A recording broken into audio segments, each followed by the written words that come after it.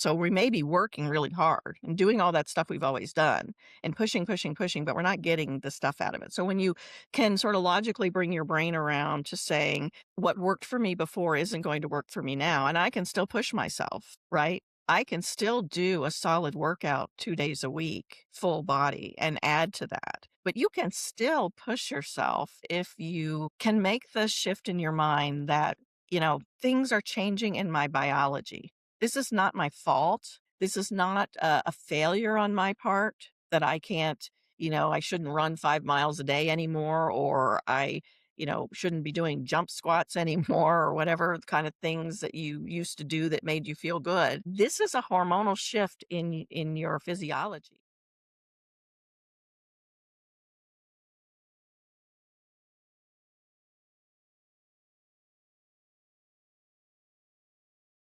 Today, we're talking all about strength training in midlife. Not from this conventional angle that is thrown around all over the place on social media or in lifestyle magazines. We're going to actually be diving into an angle that's more from a life force angle, something more real, something more relatable. And this is all because perimenopause and menopause have this quiet little way of really changing the rules of who you thought that you were in your body, how your body responds to movement. Well, I mean, really, pretty much everything in life, your body is reinventing itself. It's your recovery, your sleep, your body composition, motivation, hormones, and a lot of women get handed the same tired advice over and over and over again. And that's things like just walk more, eat less, accept that you need to slow down. Oh, the reality is it doesn't have to be that way. And the guest today is going to be talking all about that. My guest is Jeanne Phares. She is the founder of Sage Lifestyle Press. She's a retired CPA, a certified health and wellness coach, and a 7-year cancer survivor. After being diagnosed with acute myeloid leukemia at 55 and going through chemo at UCLA, Jeannie's medical team credited her as decades of strength training with her ability to tolerate treatment and recover. And that experience reshaped her mission. She is here now to really help women in midlife build real strength physically, metabolically, and emotionally. She wants to step in and help them find ways to really expand their next decade, not shrink into the life that they think that they need to succumb to. We're going to talk about why muscle loss accelerates in menopause, what women aren't being told, what strength training actually changes in the body, and how to start in a way that feels safe and doable for you. All right, Jeannie, it's time to get into this conversation. Let's dive in and Right. welcome to the show. Thank you so much. I'm happy to be here. I am so happy for you to be here. And, this conversation, especially in my circles, is a very common conversation, one that I know so many of the women that I work with get frustrated with, and we're going to dive in. But before we do, I want to really just hear about you, and I want to hear about your journey. I want to start this podcast out today with just a little shift and actually set the stage of the conversation. I think so many are going to resonate with your story or know someone who walks a story that's very parallel to yours. And I think it's important to create a visual before we get into the nitty gritty. Okay. Jeannie, you went 55 years with zero medical issues, and then everything changed. Tell us about your journey and tell us about what you remember the most. That moment that you got the leukemia diagnosis and the immediate aftermath that it catapulted you into. Okay. Well, so I I've always been a runner and a strength trainer my whole life, and I've always loved exercise, and I like the way it makes you feel. Um, And so, like you mentioned, one day I woke up and I had a rash all over my body, and I went to the doctor and I told him I'm really tired.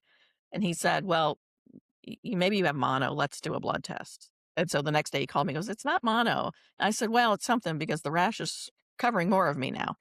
And he said, "Well, come in, we'll do more blood work."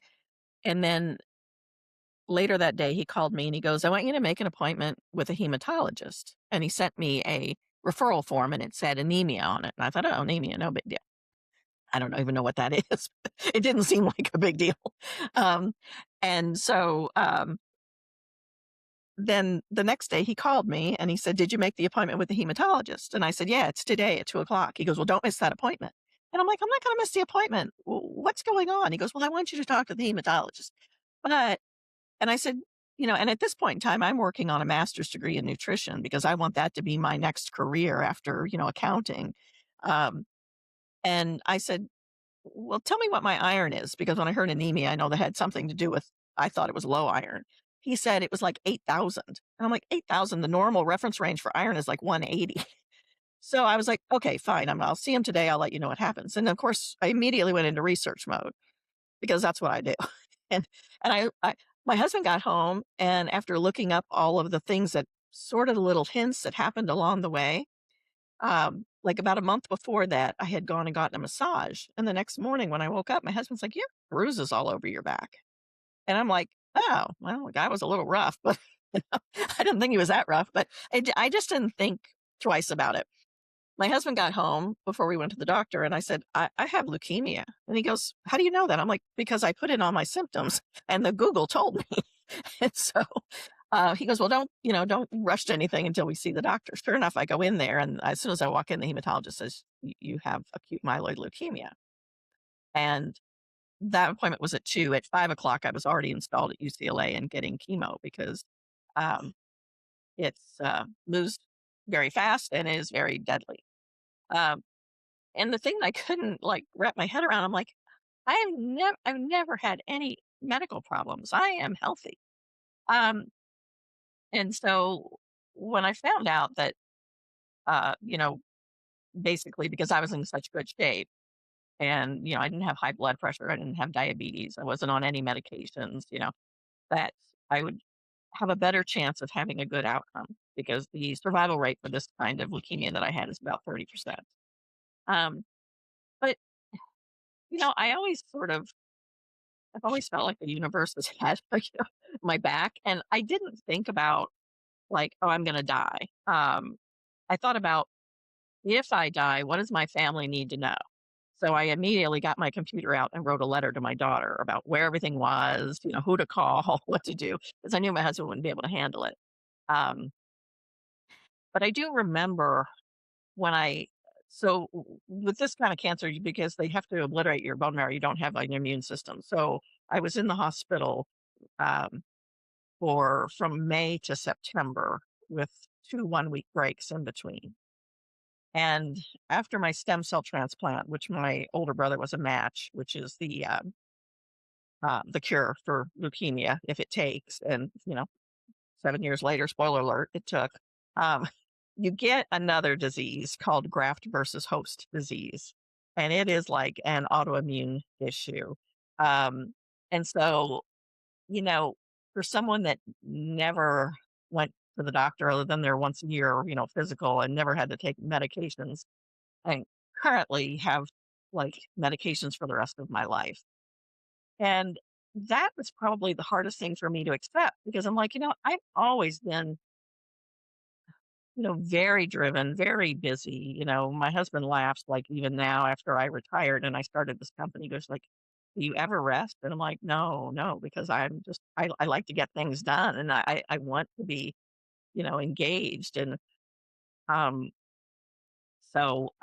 anyway, I worked for after I went back to work, COVID hit. And so I worked from home like part time for about another year. And then I just thought, I almost died. I really need to kind of think about what I like. Um, and I always knew I loved, health and nutrition. And I always loved coaching people because even as a CPA in a big accounting firm, you're always coaching. And I spent a lot of time coaching women in the field. on their careers and I still have gals that I've worked with, 25 years ago call me and ask for advice on things, which is, very gratifying that, that they value my opinion on stuff. Uh, One gal called me one day and she was like, "Jeannie, can I take you to lunch? Well, you gave me the best advice." And I'm like, "What did I tell her?" And I had encouraged her to go get her MBA, even though she was pregnant, and she did, and she was, very happy about the results and what it's done for her career. So, coaching and writing about the topic were important to me because I remember when I did get out of the hospital, I couldn't walk a half a block. My daughter was walking with me, and that was probably when my head kinda caught up with what was really going on in my life and the changes that I would have to make. Um, so after I got over feeling sorry for myself, I decided, "Well, do what I want to work out and eat right." And, it's a little harder because now I'm on a steroid, which really fights against losing weight. But I lift at the level I did, before I got sick, and I'm still working on cardio, but as we'll find out as we talk longer, that's less important as we age. But yeah, that's kind of, where I'm at. So I wrote my first book because I'm a CPA was on retirement planning. And and then I thought, well, what do I really want to write about? And so I wrote a book, and has been out since September of 2024, The Beginner's Guide to Strength Training for Women Over 50. And I love this book. I mean, it's still to today my best selling book. And it walks through menopause and the kind of things that change and happen and how to get started on this path. And I think a lot of women resonate with that. So after you got diagnosed with leukemia, you got stem cells from your brother. And so you said then that you then developed something called graft versus host disease. I'm curious, what are some of the symptoms that you felt or experienced from that situation? Well, graft versus host is expected. It's sort of like if you've ever heard of someone that got like a kidney transplant, right? Their body attacks that kidney um, because it's foreign to the body. Mine is the opposite.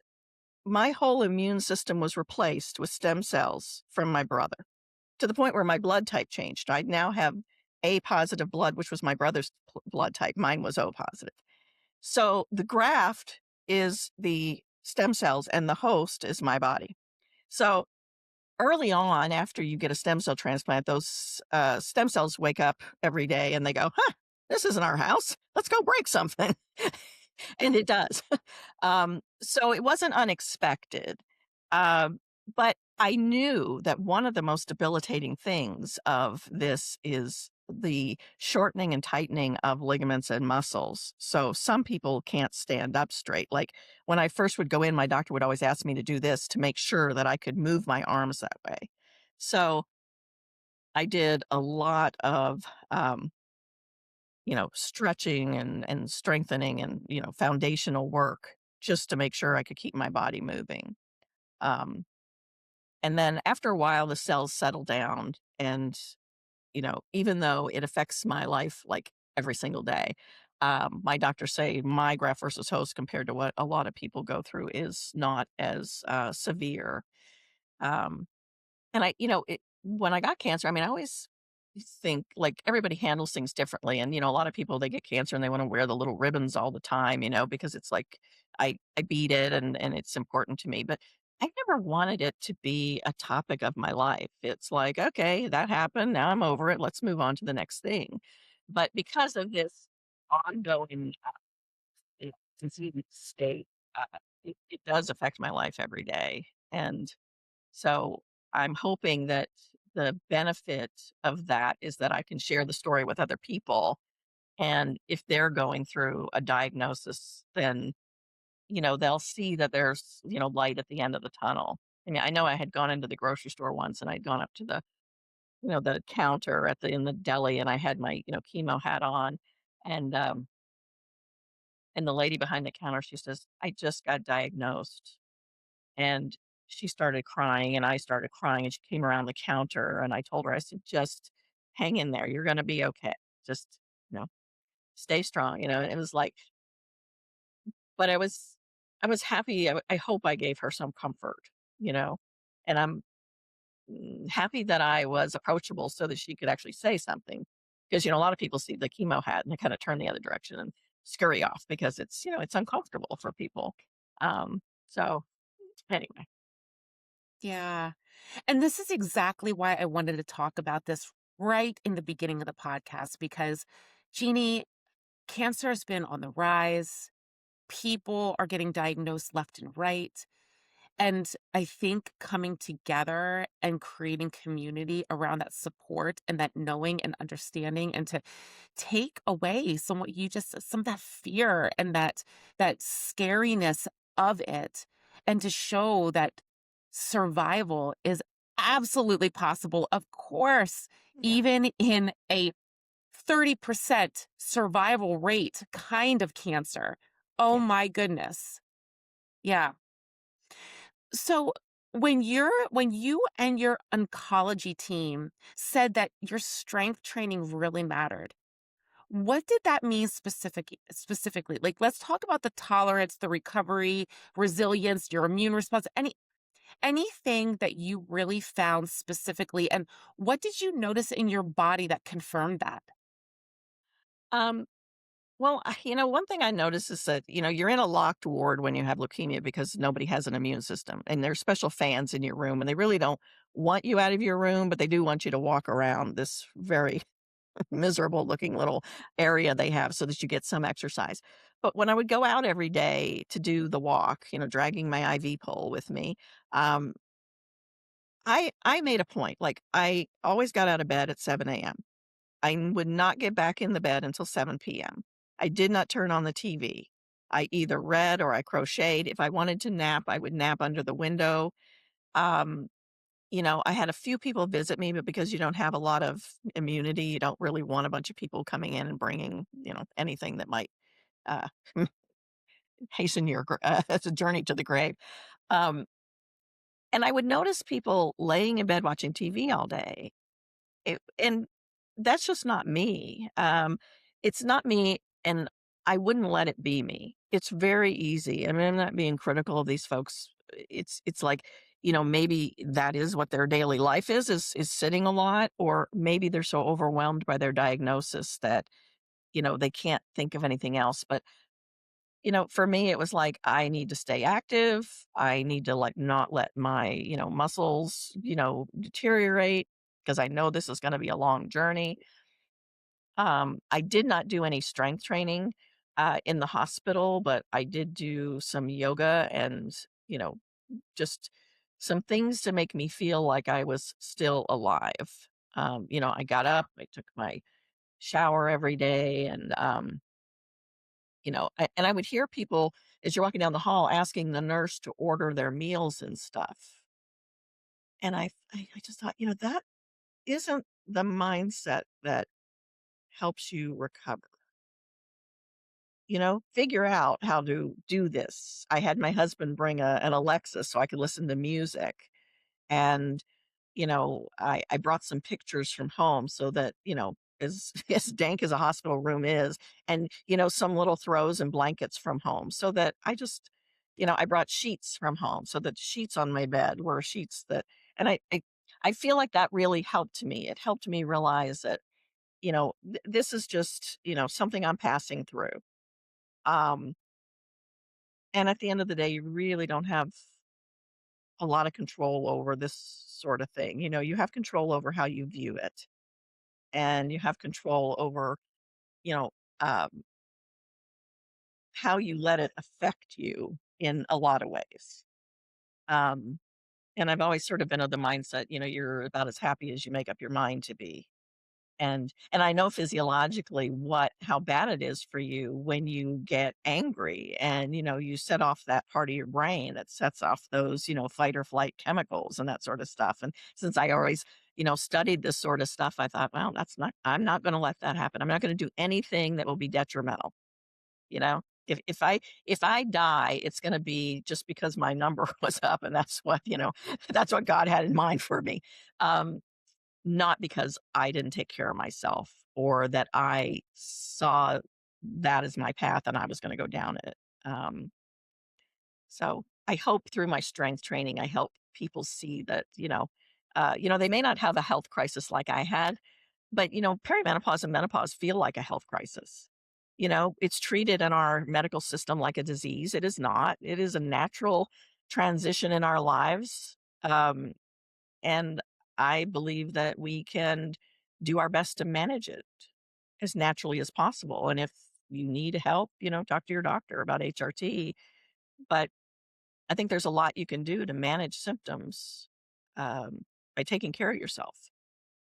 And also, it's so important. It's like women in this age group, it's likely they may still have children at home or children going to college. It's likely they have aging, failing parents. So they're in the middle here. They're trying to take care of all this stuff, and likely they have a career, um, you know, eh, or managing a home and everybody else's stuff. And so if you want to show up for all those places that you want to show up for, you better put yourself, your health at the top of the list because you won't be able to show up if you don't take care of yourself. So it drives me crazy if someone says, "Oh, but the kids have this, and my mom, I have to do this for my mom," and I'm like, you know what? That's just the story you're telling yourself. Because the story could easily be, I need, 10 minutes to meditate in the morning, and I need to go to the gym twice a week or do my workout at home. I need to, like, have groceries delivered so that I can get good food in the house so that I can take care of these other things. There's always a way around it. Preach it, sister. Yes. Yes. Yes. Before we go into the science of everything, I want to really anchor this in for the listener because so much has shifted and changed in your life. I mean, just listening to your story, that's evident. After all of where you've been and what you're stepping into, is there a word or a phrase that you're really embodying right now in this current season of your life? Um, I think I have always embodied a service mindset. And for me, even more with my course and my books and my coaching, I just think that true happiness comes from being in service to others. And if I can help somebody just a little bit, um, and sometimes because I've studied this so long, it doesn't seem that you know, grandiose to me sometimes. But when I'm coaching somebody and I'm giving them what I think is, fairly straightforward, not, earth shattering advice, and they start to see changes or they are like, "Oh, I never thought of that. Oh, that makes so much sense. Oh," and I follow up with them and it's like, "Oh yeah, I've been doing that and doing this." And I see how happy they are and how happy that, my 2 cents into their life has helped them. It is just it's the best feeling in the world, you know? Yeah, yeah, which is exactly what you're doing by being here on this podcast. So you are living it fully. All right, Jeannie, let's really dive into this. Let's talk about the thing that women don't realize is happening during these times of our changing, our shifting. Perimenopause, menopause is what I'm speaking to specifically here. Muscle loss. Can you explain what's going on in midlife? Why muscle loss accelerates? Why strength tends to decline even faster than mass? Okay. So, I won't nerd out too much, but let me just give you a little. You can absolutely nerd out here if you would like. Perimenopause starts late 30s, early 40s, and perimenopause is actually the menopausal process, right? Menopause is the day that you have not had a period for 12 months, and the day after that, you're in postmenopause. So, we say menopause kind of as a broad term, but really it's perimenopause. Um, and when you're in your 20s, as a woman, your testosterone starts to drop. And it drops sort of steady about 1 to 2% per year. So you notice it's harder to build muscle and it's your libido goes down, so you start noticing these changes. And then your progesterone starts to decline. And your progesterone it's kind of like your feel good hormone.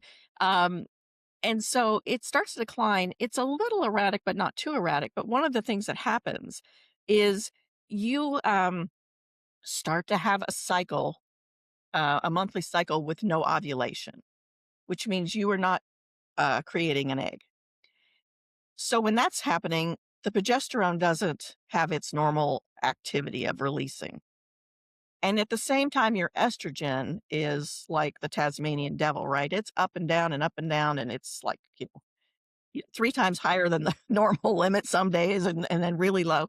And the progesterone isn't there to tamp it down and hold it sort of steady. So you've got all these things going on. Um, and estrogen, people don't realize that estrogen is very protective in um, muscle growth and, mood and a lot of things. And so when the estrogen goes down, you don't have it. One, it changes where your body wants to hold the weight, which is in the middle. Um, and so you start losing muscle mass at a higher rate. So in our 30s, we start losing muscle. Our less testosterone is making it harder to build that muscle. The lack of estrogen is making it harder to build that muscle. And by the time you're 50, you're losing maybe 1%, maybe 2% a year if you're not doing anything to counteract. So, in comes the white hat, which is strength training, which says if you do me, you can counteract all of this other stuff.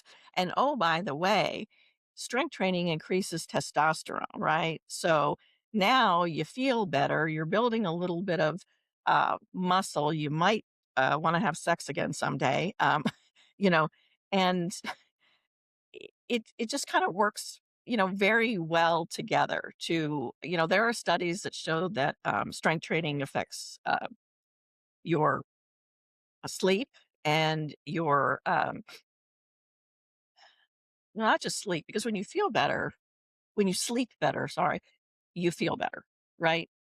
Oh, hot flashes, that's the word I was looking for, sorry. Chemo brain and menopause brain. You have to give me a little bit of a pass. So y- y- you know when all these things start to feel a little bit better, then overall the world gets better. And on top of that, strength training in general releases endorphins. So the issue then for women in midlife, it's not just, okay, go out there and lift weights like, a crazy person. It's like, how do I lift weights so I don't get hurt? And why don't the things that worked for me when I was 20 or 30 still work? Well, first off, for me, I used to be able to just stop eating a little bit um, and do some cardio, and I drop right down. Well, intense cardio creates a cortisol shift, an increase in cortisol in your body. Estrogen normally tamps the cortisol down, and of course, the estrogen isn't there. So the cortisol is telling fat to gather around your middle and around your organs, visceral fat, which is not good. Um, Estrogen also regulates heart health. So it's why you kind of hear more heart attacks in women. And women don't present heart attacks the way men do, which is why often they're often misdiagnosed and not caught in time. So we need enough cardio to work the muscle that is our heart, um, but not so much cardio that we're creating a cortisol response. So with cardio, it's like you want to be able to talk. Um, and, you know, our bones also start to thin out because what happens to your bone from the time you're born is you have cells that make bone and cells that repair bone and cells that wear away bone because the cells need to turn over. So your cells turn over and then something else comes in and builds them up. Estrogen is what helps those cells that helps bone build up work. So guess what? No estrogen, osteopenia, osteoporosis. Um, but if you are doing strength training and you are doing load bearing work, that helps build bone. So by load bearing work, I mean the work where you're pounding onto a long bone. So pushing, um, walking. And that's what, so if you have a child, a daughter in her teens or 20s, tell her to start running now. That should be her number one thing to do because that pounding is building bone. I know when I went in to get my bone scan when I was at 45 because my mom had osteoporosis. The lab called me afterwards and like, "Oh my god, you have the most beautiful bones." It was because I had always been a runner. But when you get into midlife, it always drives me crazy when I see, like women on social media, like in their 60s and they're running like, "I still run." And I'm like, "Oh, yeah, but your bones are getting thinner." And I had a friend who used to run half marathon, not half marathons, 5Ks, well into her 60s, and then eventually broke her hip because at some point that pounding isn't what you need and you need to soften it up. And I think it's hard for women to kind of make that shift where, they have this vision of themselves. I mean, I'm 62. I don't know what 62 is supposed to feel like. I don't feel any different than I did when I was 40, but I can't do what I did when I was 40. So I make shifts so that I can be the best I can be now. And that's kind of what I want women to see is that it's okay for things to change. It's not okay to roll over and just don't do anything about the changes you don't like.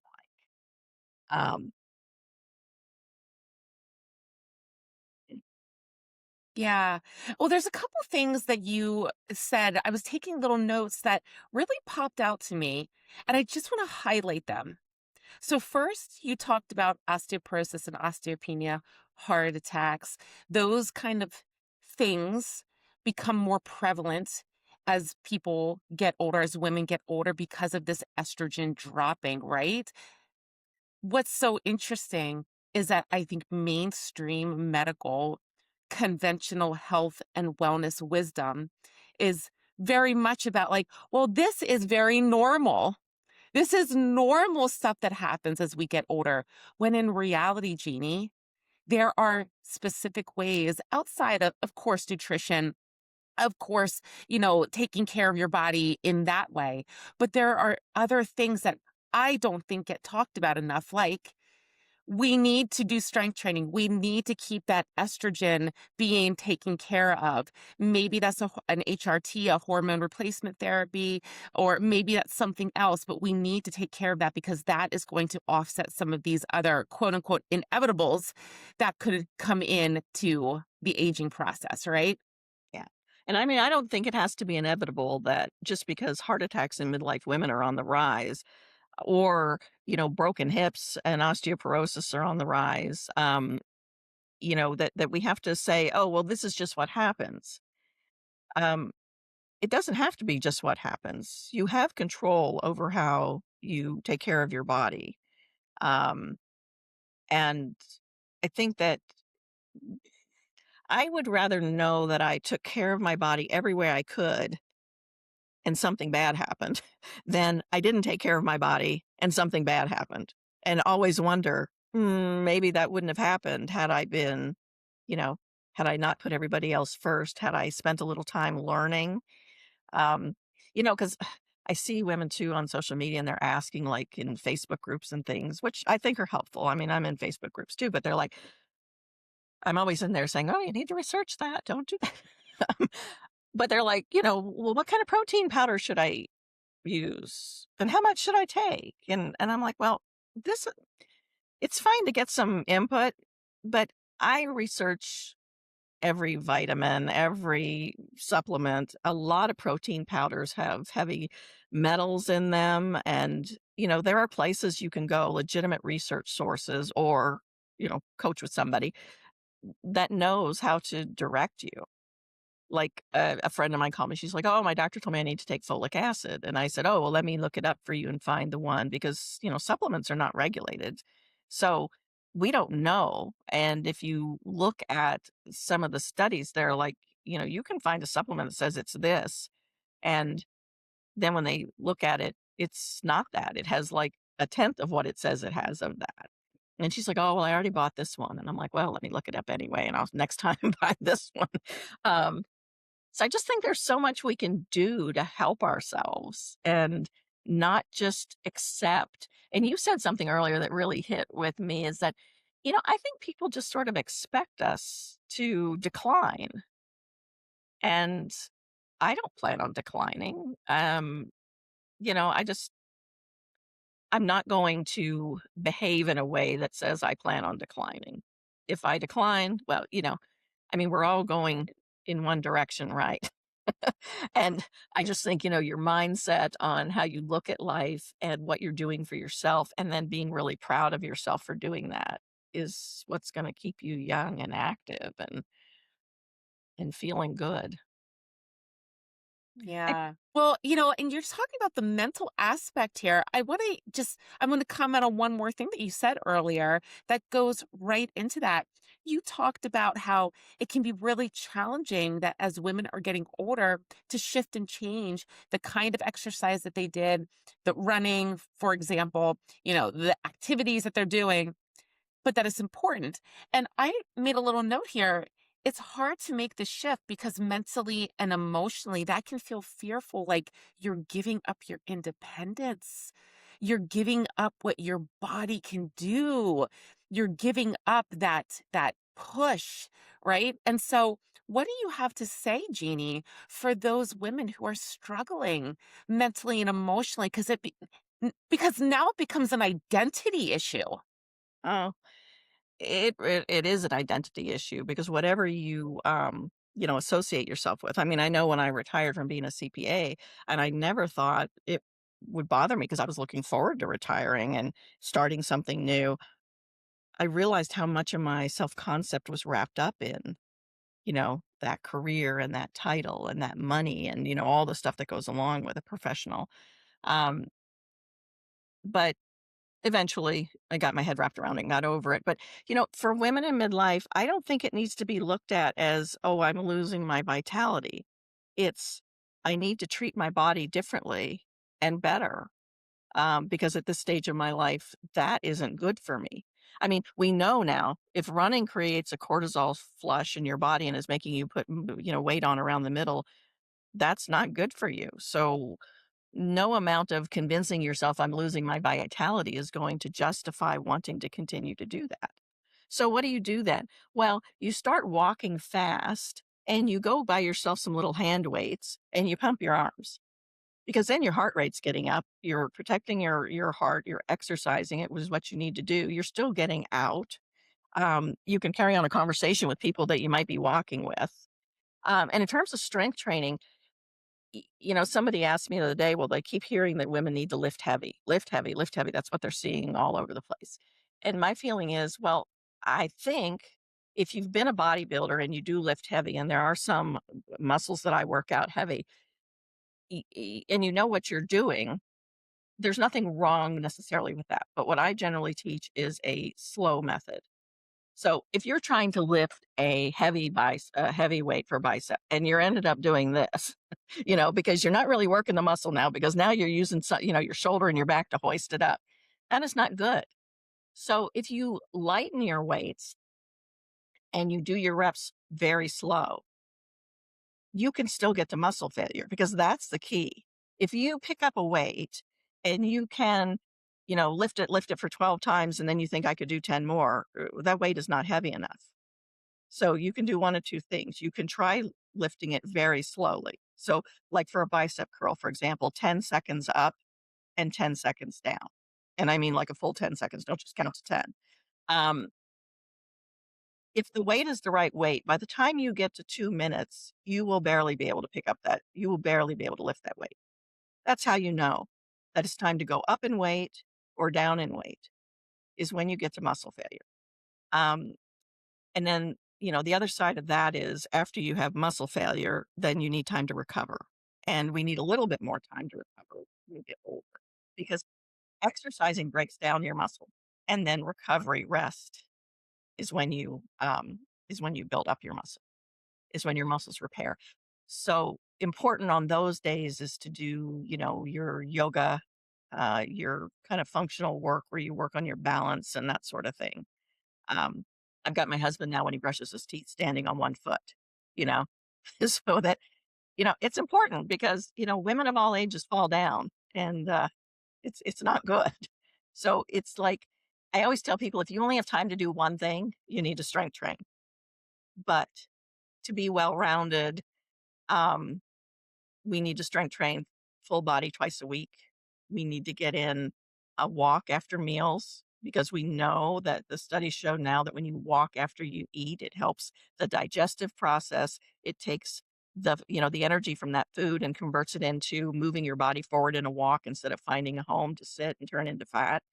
Um, so you exercise your heart and then you do something to work on your mobility and your flexibility. Those are important things.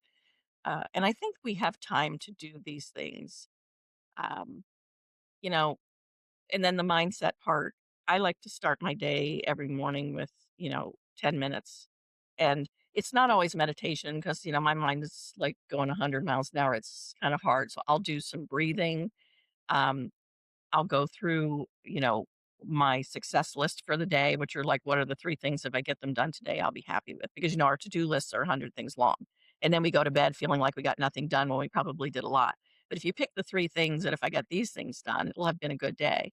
And then I just like to have a gratitude practice. I'm grateful to be here. I'm grateful to be able to help women. I'm grateful to be able to help my children. And um, you know, my daughter, for example, when I was visiting her, she started telling me my daughter's 44. She started having all these symptoms and she was telling me about it. And I said, well, Bethany, you're in perimenopause. And she said, oh, no, I talked to my doctor and they kind of like poo pooed all that. And I'm like, well, what kind of doctor are you seeing? And she said, an OBGYN. And I'm like, yeah, OB means she delivers babies. That's not your doctor anymore. You need to go find a doctor that handles women in midlife because that's what you are now, which is really scary to say. Um, so when I went to see her this last time, she said, "Ah, I found a female doctor that helps women in midlife, and all the things I was telling her about, we talked about it. She didn't make me feel like I was just complaining or dumb or anything." And I'm like, "That's what I was telling you." I said, "Why didn't you read the book?" So I did write, menopause doesn't have to suck, and then I've also just written perimenopause doesn't have to suck because I had more to say about it. And then recently I put out an accompanying book to the strength training book, which is Eat for Strength After 50. Um, and I started with the after 50 because that was kind of where I thought. But then when I realized I didn't immediately realize that all of this stuff was related to menopause and perimenopause.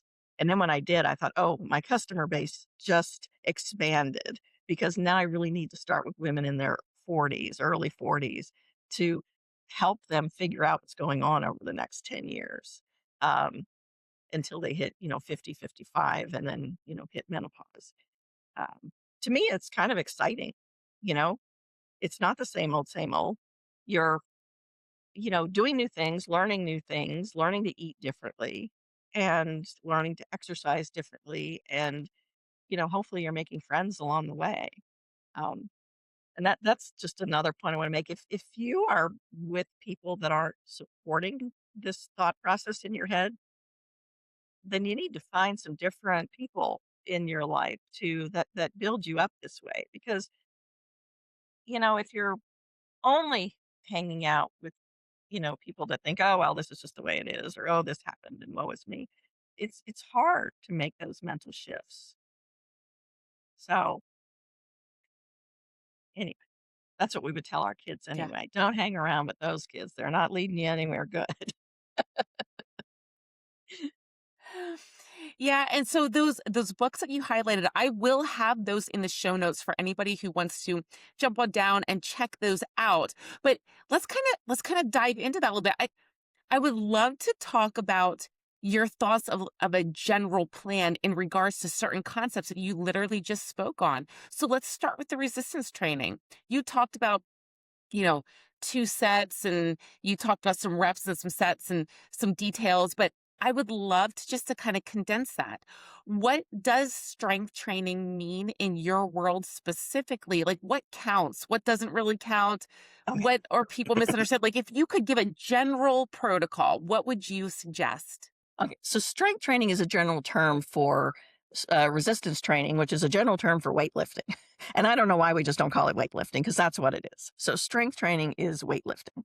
And um, so if you are very new to it, you could start with resistance bands. And it's the same thing with a resistance band. You put it under your foot, or you tie it down to something. And when you can't pull it up anymore, or pull it with your leg or whatever you're doing with it, um, it's time to get a tighter band. The nice thing about bands, like if you travel, is that the closer you hold them together, the harder they are to pull apart. So it's almost like a whole set of weights in one thing. And the nice thing about strength training is you don't need a ton of weights and you can do it at home. So if the gym is something you've never done and the gym is intimidating, I want to say a couple things. One, nobody in that gym is looking at you or caring what you're doing. Nobody's looking at you saying, "Oh, look at that old lady in there," or "Look at her, she's not lifting very heavy." Trust me, if they're all buffed out and they're the young and beautiful crowd, they're worried about what people are thinking of them. And, uh, and most people are there just trying to do their own thing. So I would say if you are intimidated at all by the gym, you know, give it a try. It's really not, that bad, and Jeannie, can I also say though too, because listen, I have spent many, many, many, many, many years as a gym goer, gym rat, as you might want to call them. yeah, And I will say, especially the older women and the older men, like when I was in my 20s or whatever, the older women and older men that would come in there, Jeannie, I was so inspired. inspired. Yeah, Inspired. So you would never know right. who you're actually inspiring in there. So I just want to put that in there because that is very true, Yeah, I'm so glad at you said least that from what because I've it is seen. true. I mean, I remember when I used to run and I would see older people running, um, and I would think, "Oh, if they can do it, I can do it." They were very Yes. inspiring. Um, Yes. yeah, and I think we don't give ourselves credit for the effect we have on those around us by our behaviors that way. So I'm so glad you said that because that is so true. Um, so as far as a protocol, I would say start 2 days a week with a full body workout, unless you've been working out forever. But normally what I see is women that either were very active when they were young and then kids and life and careers and everything got in the way. And now they wake up one day and go, "Oh, crap. It's time to do something." Um, and then the next thing I would say is get your food sorted, um, because we need a protein forward meal plan because we don't absorb the amino acids in protein the same as we age. And that means we can't build muscle if we're not getting enough protein. And so there is a formula out there about like how many grams of protein per pound you need and all of that. But let's just say, for example, you need 90 grams of protein a day. I always tell people um, just make sure of the 3 meals you're having a day that protein is the first thing you put on the plate. So if protein is the first thing you put on your plate in the morning, instead of having 2 eggs, have 1 egg and 2 egg whites because the white is where the protein is, but the yolk is full of good nutrients, but the yolk is also fat. So a little bit more, and then adding half a cup of cottage cheese, some Greek yogurt or skyr, which is like Icelandic yogurt, which I like better, but um, and fruit. And then just start off for 3 days just writing down everything you put in your mouth. No judgment, just write it down. It is what it is. Um, because if you don't know where you're starting, you don't know where you're going. And so again, this isn't to write it down and say, "Oh crap, look, I eat 10 cookies a day." It's what small changes can I make every day to get to a point? And that's the other thing too is like, I feel like people like, "Oh, okay, I want to do this. I want to change everything at once." And that's just not sustainable. If you tell yourself, "Okay, I'm never going to eat cheesecake again," then you're defeated before you start. It's like, "Well, I don't want to make a diet change." But it can be very simple changes like getting that 30 grams of protein on your plate before you put anything else around it. Um, and if you're a vegetarian or a vegan, there are tons of places where you can find, uh, you know, non-animal based protein. Um, they are just as good. However, you have to eat a lot more. So if you already are not feeling like you want to eat a lot, or especially like if you're on a GLP-1 drug and so you're medication and so you're eating less anyway, it's probably really important to see how much you have to eat and get it in as small a package as possible in order to get the protein that you need. Like for me, I don't like eating in the morning, but I know I should. So I make myself a protein shake.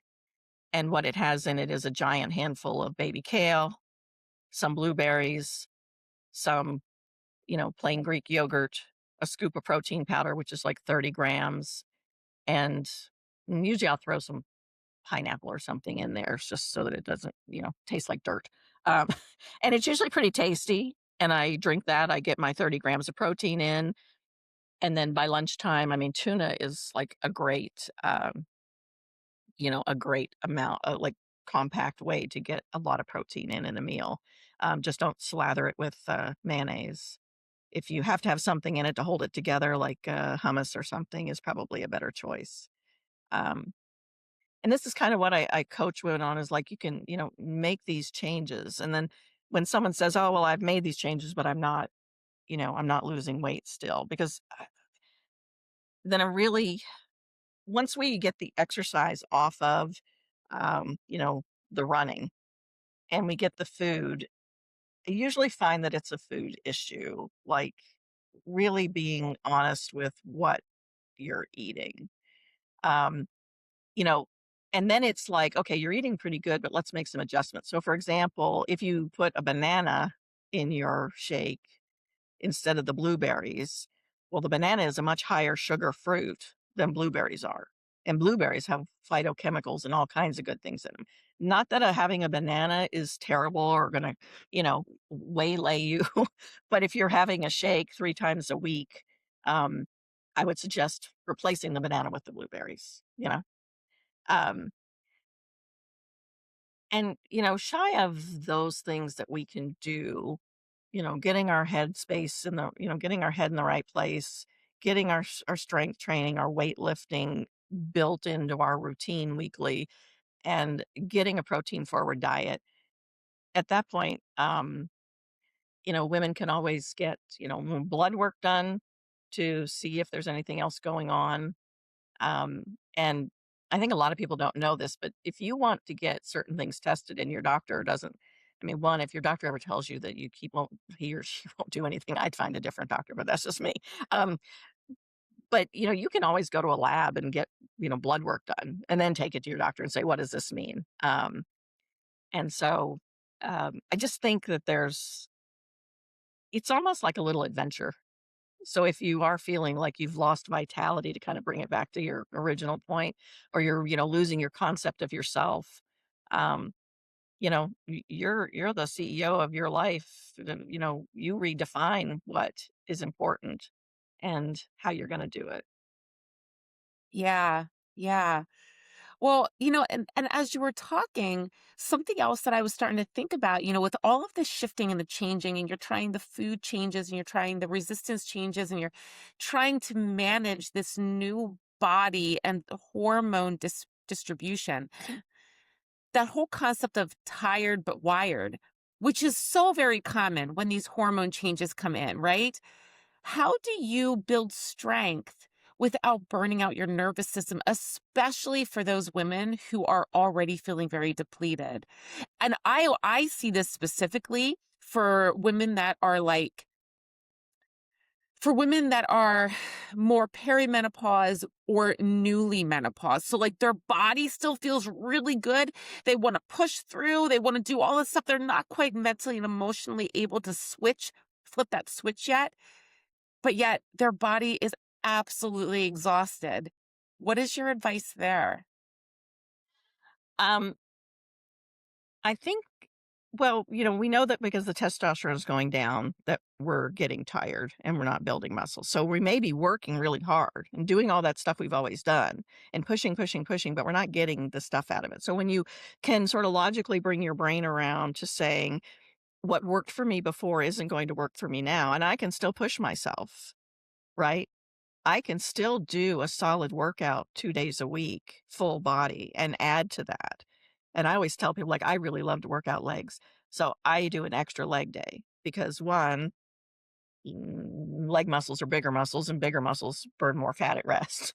So if you're vain, then that's something you can do. But you can still push yourself if you can make the shift in your mind that, you know, things are changing in my biology. This is not my fault. This is not a failure on my part that I can't, I shouldn't run 5 miles a day anymore, or I, shouldn't be doing jump squats anymore, or whatever kind of things that you used to do that made you feel good. This is a hormonal shift in your physiology. And so you're just really being smart for yourself by um, looking at that and saying, how do I push really hard in this new, you know, realm is what it is. And like I said, it's kind of like an adventure journey. It's like, okay, I know this isn't serving me because I still feel tired. I still feel depleted. But um recovery becomes so much more important. So I want to really touch on what you said about, your nervous system. If you are not giving yourself a couple of days in between when your muscles repair. And if you're the kind of woman that's always worked out, you know all of this stuff, right? You just haven't made the shift to understand that your biology has changed, not through anything that you did or didn't do, but it just did. And so now that, in order not to get, um, depleted, I need to really recover. I need to do whatever that means for me in terms of rest. And that doesn't mean on recovery days you don't do anything. To me, those are your yoga days or, your, um, n- n- you know, like my pickleball day. It's a couple hours of sort of short bursts of energy.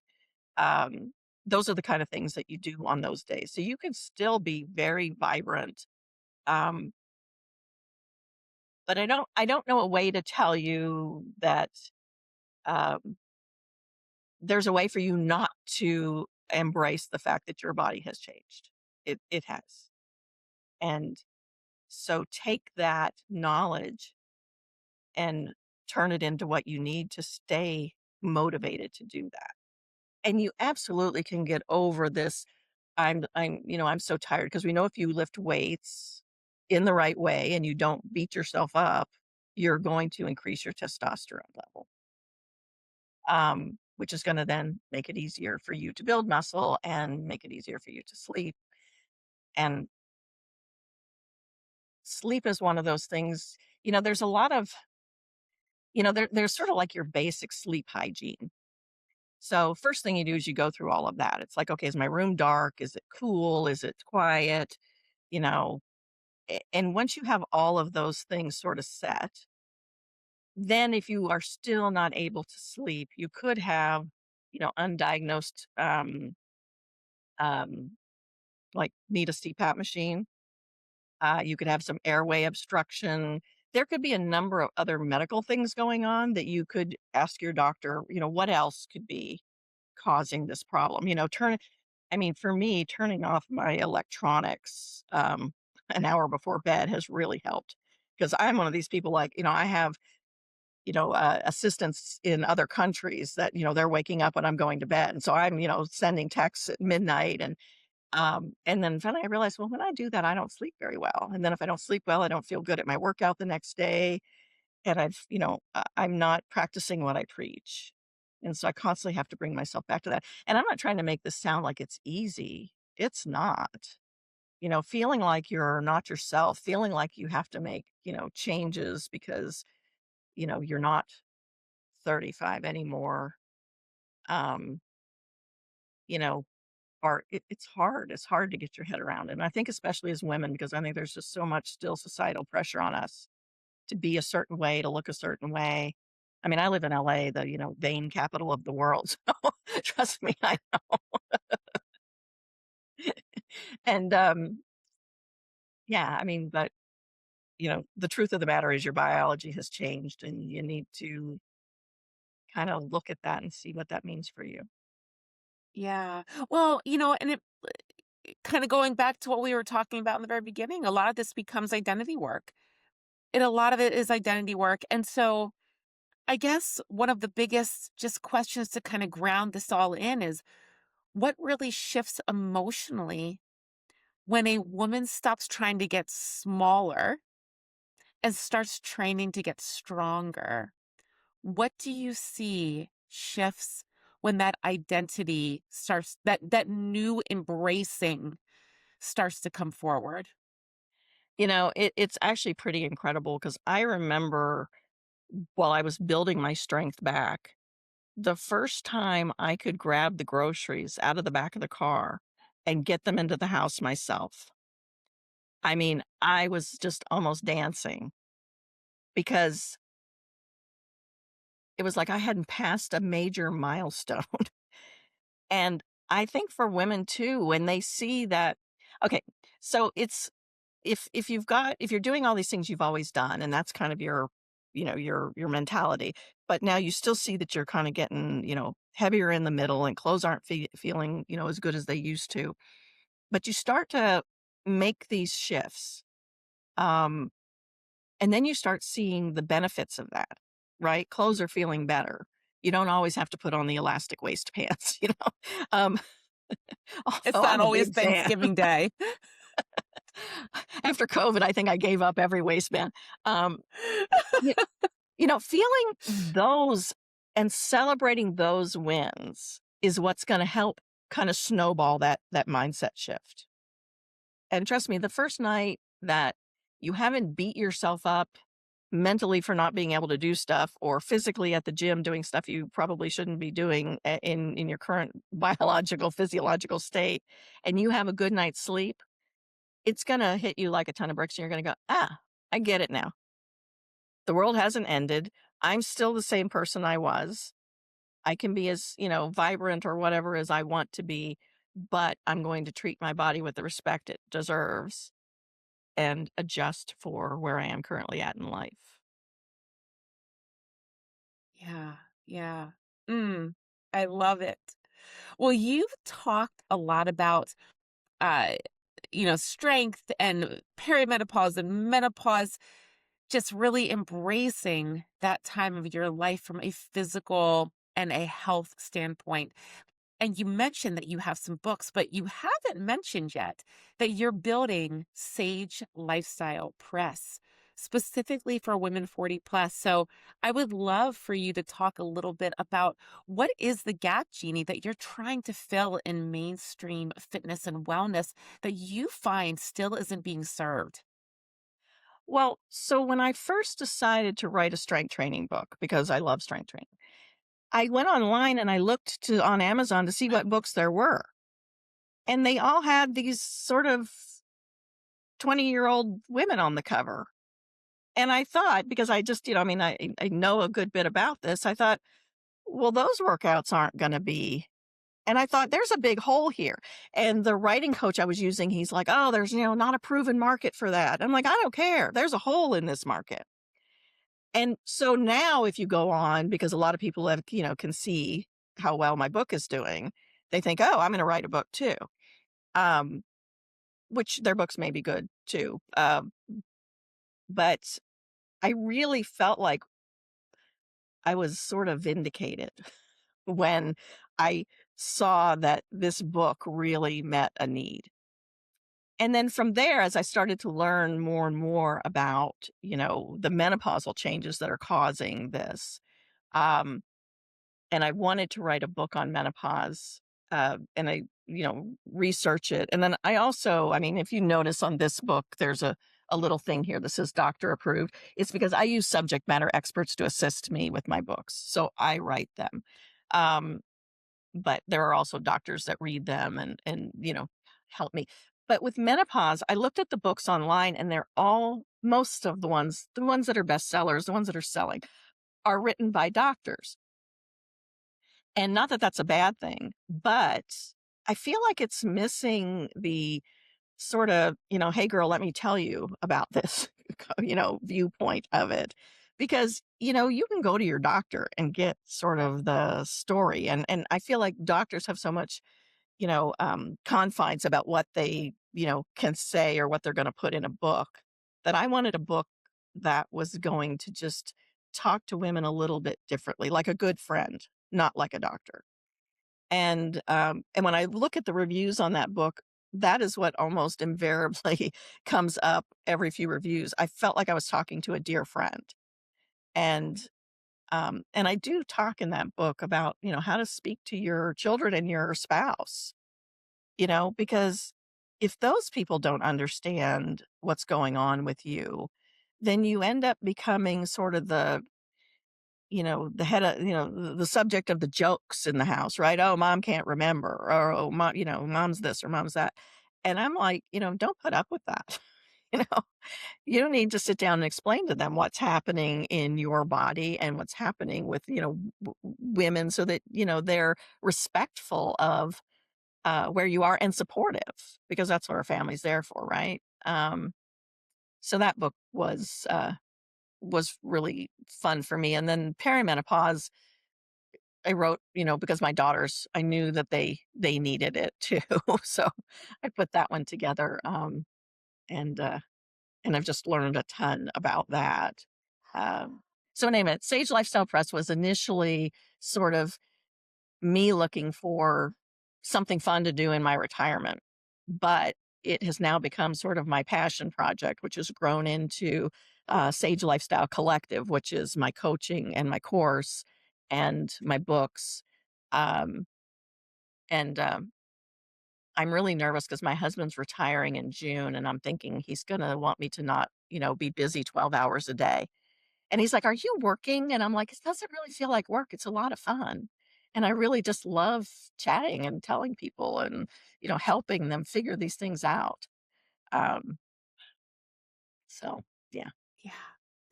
Well, before we can learn about where to find you and where to find the books and to get their hands onto your coaching, let's just do a little bit of rapid fire to learn more about you, but also to just give some good tangibles to move in with. Okay. Okay. Are you ready, Jeannie? I am. All right. All right. There's only three of them. So let's start. Number one. What's one strength move that you wish every woman could do confidently for life? Mm. Um, I love deadlifts, and Me deadlifts are too. very difficult to do properly because you have to hold your back and your stomach, and if women could do that properly, it is just like such an ego booster to be able to do that. But Yeah. there is an alternative. You can lay on the floor and put your feet on a ball, a big exercise ball. You see people sitting on them, and raise your hips up and then pull your legs in. And it will kill your hamstrings. And I love doing that too. So I wish every woman in the world to do great deadlifts. Those are fantastic, especially as we get older because it's such a functional move. I love Yeah. that. I love that. All right. Question number two. What's a belief about midlife bodies that you would love to kick to the curb forever? That you have to accept uh, that, you know, um, menopause middle as, you know, just the way it is. Your grandmother and your mother didn't have this knowledge. but you do. And so, um, and if that's troublesome for you, I mean, maybe for some women it's not troublesome for them, because we don't want to, body shame and, you know, um, but I know for me, I was always petite and small and clothes fit. And, at 62, I still want my clothes to fit. I still want to, feel attractive in my clothes. And that's really what it is. I don't care what the rest of the world thinks, but I care how I feel. And I want women Mm, to care how they feel in their bodies. that's a good one. That is a real good one. All right. Finally, number 3. This is more personal for you. What's the most "this is why I do this" kind of moment that you've had with a woman that you've helped? Um, when I was working with the gal who, when she was younger, she was a runner. And and she's like, I want to lose 35 pounds. So we talked about how she might do that. And when I went through sort of the program with her, and she said, "You know more about this than anybody I've ever talked to. I'm so happy." It was like, "Oh, I don't have to sell myself." She trusts that I've got her back and that I'm going to tell her the right thing. And every week when we meet, she's so happy to tell me, you know. And for me, it's like a totally non-judgmental part of, coaching. And, she says, "I still had ice cream a few nights." And I'm like, ice cream is one of the nicest things in the world. You know, don't beat yourself up. Let's not talk about what you, think you did that, isn't great. Let's talk about all the great things that you did. It's like that adage when your kid brings their, report card home, right? And they've got 5 A's and a C. And you skip right past the 5 A's and you go to the C, and you're like, "What happened here?" Who cares? The kid doesn't like that subject. He got 5 A's. And that's what I think. I mean, that for me is the greatest thing. When I can push them away from looking at the C and show them the 5 A's. And then they feel Mm, good. And when they feel good, they wanna do more. I love that. I love that. Jeannie, this has been such a great conversation. Oh, Where good. can people find you? How can they get into your world? What are you excited about in your work right now? Um, I'm really excited about, I'm excited about a new book that's coming out. It's called Perimenopause and Parenting. And it's actually written by a good friend of mine who is a menopause coach and a mother, and I am publishing it for her. So I'm really excited to go into this sort of new realm of books, which is supporting other women with their messages.